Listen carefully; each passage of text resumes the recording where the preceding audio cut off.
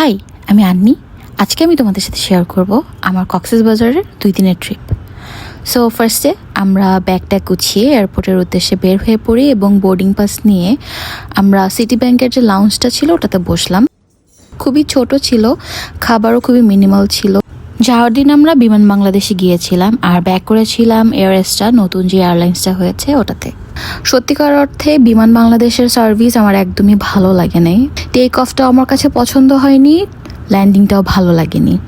So উপর থেকে এই সুন্দর গ্রিন সিনারিও দেখে খুবই ভালো লাগছিল।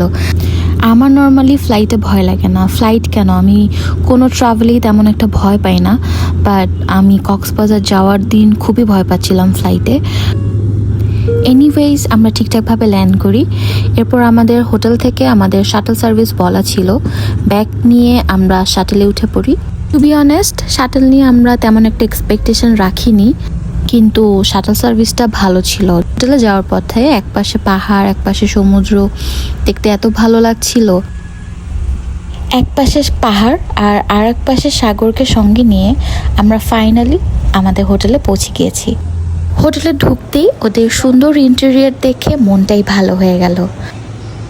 ভিতরে ঢুকতেই না একটা থাই স্মেল আসছিল।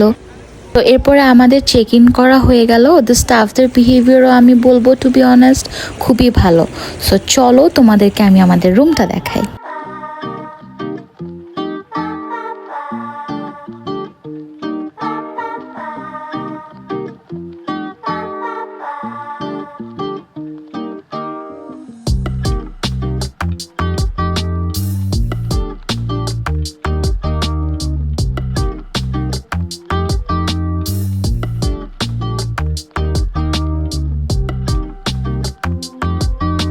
আমরা রুমে ব্যাগ রেখে একটু ফ্রেশ হয়ে লাঞ্চ করার জন্য সবাই বের হয়ে পড়ি। প্রথম দিন আমরা দুপুরের খাবারটা খেয়েছিলাম পালঙ্কিতে। ওখানে অনেক ভিড় ছিল, আমরা সিরিয়াল রেখে গাড়িতে বসে ওয়েট করছিলাম। আমাদের সিরিয়াল আসলে আমরা বসে খাবার অর্ডার করলাম। আমরা যেহেতু অনেক মানুষ ছিলাম, আমরা এক একজন এক একটা খাবার অর্ডার করেছিলাম।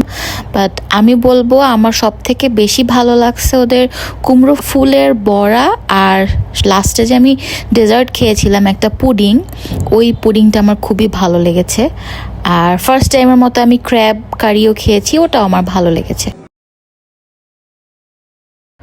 সত্যি কথা বলতে ঢাকা থেকে যখনই বাইরে যেখানেই যাই না কেন এত ভালো লাগে, কারণ ঢাকা এত আওয়াজ, গাড়ি, শব্দ, পলিউশন। সো যখন যেখানেই যাই না কেন খুবই ভালো লাগে। সো আমাদের খুবই ভালো লাগছিল। আমরা খেয়ে দিয়ে আবার হোটেলে ব্যাক করছিলাম, বাট আমি হোটেলে না গিয়ে আমি একটু বললাম যে না, আমি আগে একটু বিচে যাবো। সো আমি একটু সমুদ্র দেখবো প্ল্যান করেছিলাম। রেডি হয়ে আবার বের হবো, সানসেট দেখবো। বাট রেডি হতে হতে দেখি সানসেট হয়ে গিয়েছে। তো আমরা আকাশটা এত সুন্দর লাগছিল, ওখানে কিছুক্ষণ আমরা বসেছিলাম। আকাশটা এত সুন্দর ছিল যেখানে শুধু শুধু বসে থাকতেও অনেক ভালো লাগছিল। থেকে আমাদেরকে কমপ্লিমেন্টারি কিউকাম্বার মকটেল দিয়েছিল, যেটা টেস্ট একদম বাজে ছিল, মানে ওর্স্ট মকটেল এভার। আমরা কিছুক্ষণ ছাদে ছিলাম, তারপর ডিসাইড করলাম ওখানে বসে যে আমরা রাতের খাবারটা কোথায় খাবো। সো বে লাউঞ্জ একটা ছিল, যেটা হচ্ছে আমাদের হোটেলেরই সি বিচের সাথে। আমরা ডিসাইড করলাম রাতের খাবারটা ওখানেই খাবো। সো ওখানে অনেক সুন্দর লাইভ মিউজিক ছিল, আমরা ওখানে বসে গান শুনলাম, খাবার অর্ডার করলাম। মাই নিজ ডুইং হার ফেভারিট থিং, আমরা ওকে চিয়ার আপ করছিলাম এখান থেকে।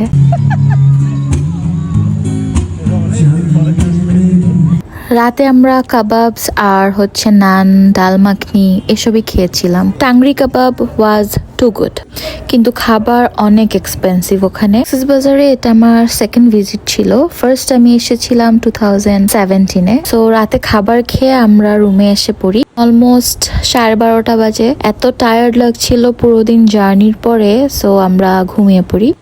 অ্যান্ড সকালে উঠে আমরা ব্রেকফাস্টের জন্য যাই, অ্যান্ড ভিউটা ছিল এমন। খাবার এভারেস্ট ছিল, অনেক অপশনস ছিল, বাট আমার কাছে অত ভালো লাগে না। আমি সব কিছু ট্রাইও করতে পারিনি, কারণ মানুষ এত হাউকাউ করছিল ওখানে, মানে ঘুম থেকে উঠে এত আওয়াজে খুবই খারাপ লাগছিল।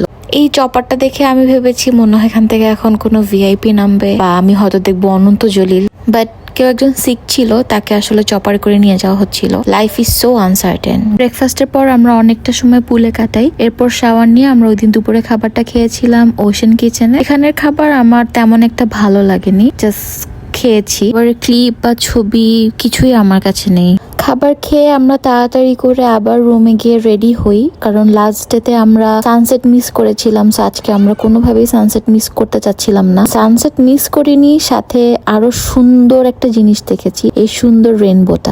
ওইখানে অনেক ক্যামেরাম্যান থাকে, মেবি অনেকেই জানেন, বাট ওরা অনেক স্ক্যাম করে। লাইক অনেক ডাবল ছবি তুলে ডাবল চার্জ করে, বলবে একটা ছবি 5 টাকা, আর দিন শেষে দেখা যাবে ওরা আপনাকে একটা লম্বা ছবির লিস্ট দিয়েছে এবং অনেক বড় একটা বিল ধরিয়ে দিয়েছে। রাতে ডিনার আমরা করেছিলাম কোরাল স্টেশনে। ওখানে আমরা crab, coral fish, lobster, fried rice এগুলোই অর্ডার করেছিলাম। এই দিনটাতে একটু বৃষ্টিও পেয়েছিলাম আমরা। সো রাতে যখন খেতে গিয়েছিলাম তখনও বৃষ্টি পড়ছিল ফোঁটা ফোঁটা।